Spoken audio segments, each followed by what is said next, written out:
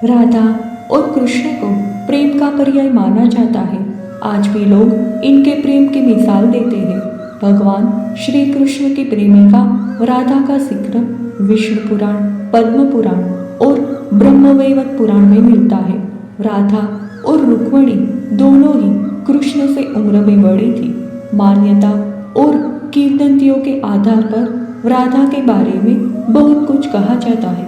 तो फिर श्री कृष्ण के वृंदावन से जाने के बाद राधा जी का विवाह कब और किसके साथ हुआ, ये जानने के लिए वीडियो के अंत तक बने रहे। ब्रह्मवैवर्त पुराण की एक पौराणिक कथा के अनुसार श्री कृष्ण के साथ राधा गोलोक में रहती थी। एक बार उनकी अनुपस्थिति में श्री कृष्ण अपनी दूसरी पत्नी विरजा के साथ घूम रहे थे।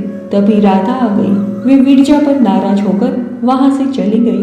श्री कृष्ण के सेवक और मित्र श्री दामा को राधा का ये व्यवहार ठीक नहीं लगा और वे राधा को भला बुरा कहने लगे।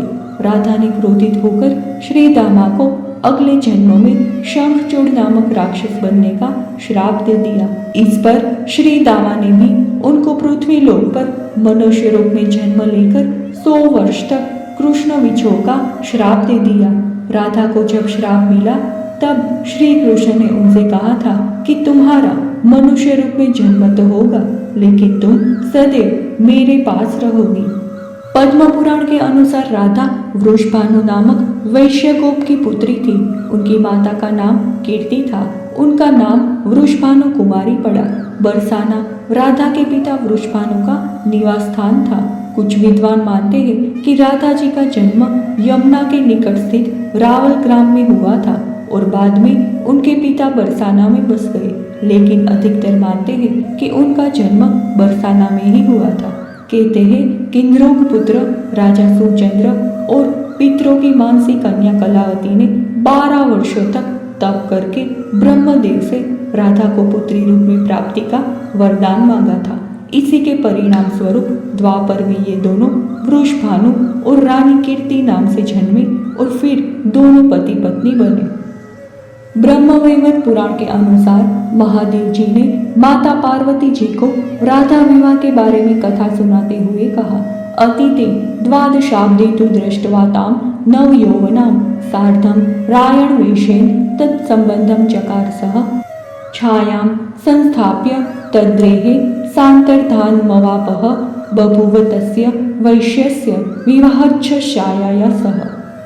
ब्रह्मवैवर्त पुराण के प्रकृति खंड 2 के अध्याय 49 के श्लोक 39 और 40 के अनुसार 12 वर्ष बीतने पर राधा जी को नूतन यौवन में प्रवेश करते देख उनके माता पिता ने रायण वैश्य के साथ उनका संबंध निश्चित कर दिया था। उसी समय श्री राधा जी अपनी जगह अपनी छाया को अपने घर में स्थापित करके स्वयं अंतर्ध्यान हो गई। उस छाया के साथ ही उक्त रायण का विवाह हुआ था, अर्थात जिस राधा जी का विवाह रायण के साथ हुआ था वे राधा जी की छाया थी। विवाह के वक्त राधा जी स्वयं अंतर्ध्यान हो गई थी। इसी श्लोक में आगे बताया गया है कि श्री कृष्ण कंस के भय से कपट द्वारा गोकुल गांव लाए गए थे। भगवान कृष्ण की माता यशोदा का सहोदर भाई रायण है, जो गोलोक में कृष्ण का अंश और उनका मामा है, अर्थात रायण जी संसारी संबंध से तो श्री कृष्ण के मामा है, परंतु रायण जी वास्तव में गोलोक में श्री कृष्ण के अंश है। अतएव राधा जी की छाया का विवाह भी कृष्ण जी की छाया के साथ ही हुआ। ब्रह्मवैवर्त पुराण में वर्णित एक श्लोक के अनुसार कृष्णेन सह राधायाः पुण्ये वृंदावने वने विवाहं कारयामास विधिनां जगतां विधिः, अर्थात वृंदावन नामक पवित्र वन में जगत के रचयिता ब्रह्मा जी ने श्री कृष्ण के साथ श्री राधा का विधि पूर्वक विवाह संपन्न करवाया था। श्री कृष्ण के वृंदावन से जाने के बाद साक्षात राधा श्री कृष्ण के हृदय स्थल में निवास करती थी और छाया राधा रायण के घर में